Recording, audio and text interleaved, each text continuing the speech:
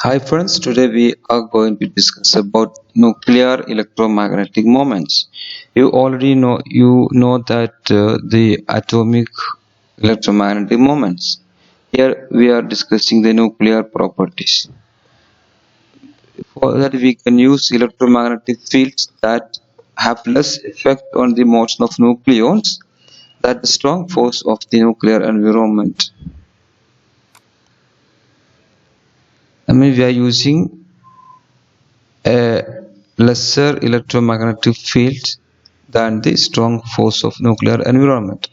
Thus, our measurements do not seriously distort the object we are trying to measure. Any distribution of electric charges and currents produces electric and magnetic fields that vary with distance in a characteristic fashion. You already know this is the fact. The fact. It is customary to assign to the charge and current distribution an electromagnetic multipole moment associated with each characteristic spatial dependence. The 1 by r square electric field arises from the net charge, which we can assign as the zeroth or monopole moment. 1 by r cube corresponds to electric field arises from the first or dipole moment, and the E proportional to 1 by r power 4 corresponds to the second or quadrupole moment, and so on. And you already know this fact that the magnetic monopoles either do not exist or are exceedingly rare, and thus the magnetic monopole field 1 by r square does not contribute to the magnetic moment of the nuclear magnetic moment. Electromagnetic theory gives us a recipe for calculating the various electric and magnetic multipole moments, and the same recipe can be carried over into the nuclear regime using quantum mechanics.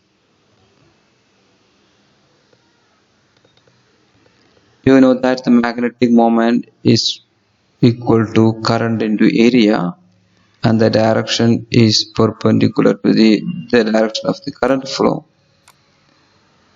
The monopole electric moment is just the net nuclear charge Zg. The next non-vanishing moment is the magnetic dipole moment mu. A circular loop carrying current I and enclosing area has a magnetic moment of magnitude mu equal to Ia. If the current is caused by a charge E moving with speed v in a circular radius r with period 2 pi r by v, then we can write the magnitude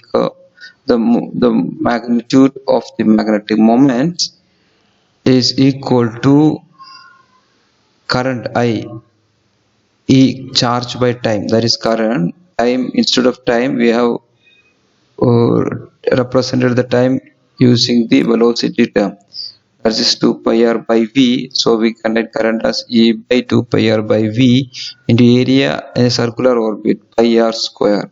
So we can simplify this as EV r by 2, and we already know that the orbital angular momentum, the classical angular momentum, that is r cross p, that is mvr. So we can substitute L instead of the mvr, so this magnetic moment becomes E by 2m into L. In quantum mechanics, we operationally define the observable magnetic moment to correspond to the direction of greatest component of L, and we can replace the L with mh cross. MLH cross. ML represents the magnetic quantum number. ML represents the orbital quantum number, MLH cross. So, and the ML values varies in between plus L to minus L. So instead ML we substitute plus L. Thus the mu equal to EH, it becomes mu equal to EH cross by 2m into L. Now L is the angular momentum quantum number of the orbit. The quantity, this constant Eh crossed by 2m, is called magneton.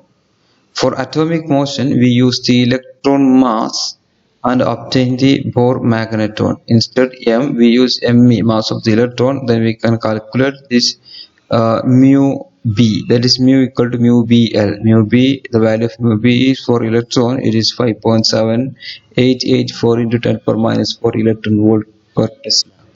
Putting in the proton mass, we have the nuclear magneton. Instead of electron mass, we substitute proton mass, 2mp.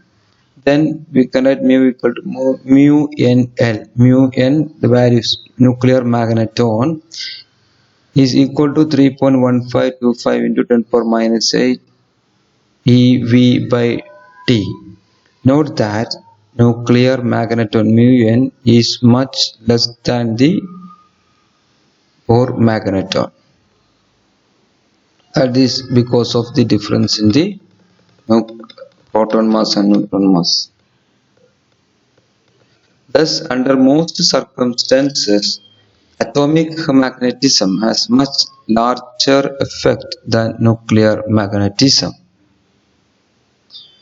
And we can also write this equation. We can also write this equation into a new form as mu equal to GL L mu n, where GL is the factor associated with the orbital angular momentum L.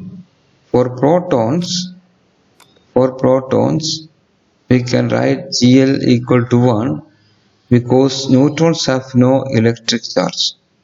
So for neutron, we can write GL equal to 0.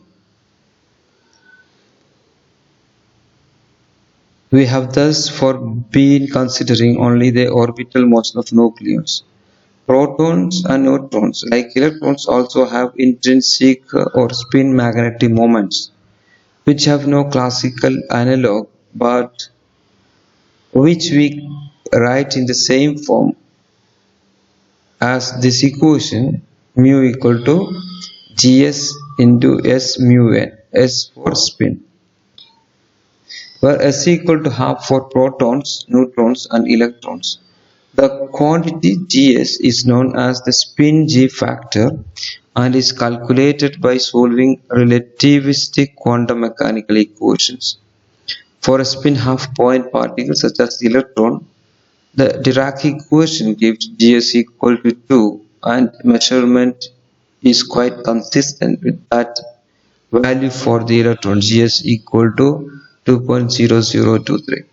On the other hand, for free nucleons, the experimental values are far from the expected value for point particles. Protons, Gs value is equal to 5.5856912 plus or minus 0.000022. For neutrons, Gs value is equal to minus 3.8260837 plus or minus 0.0000018.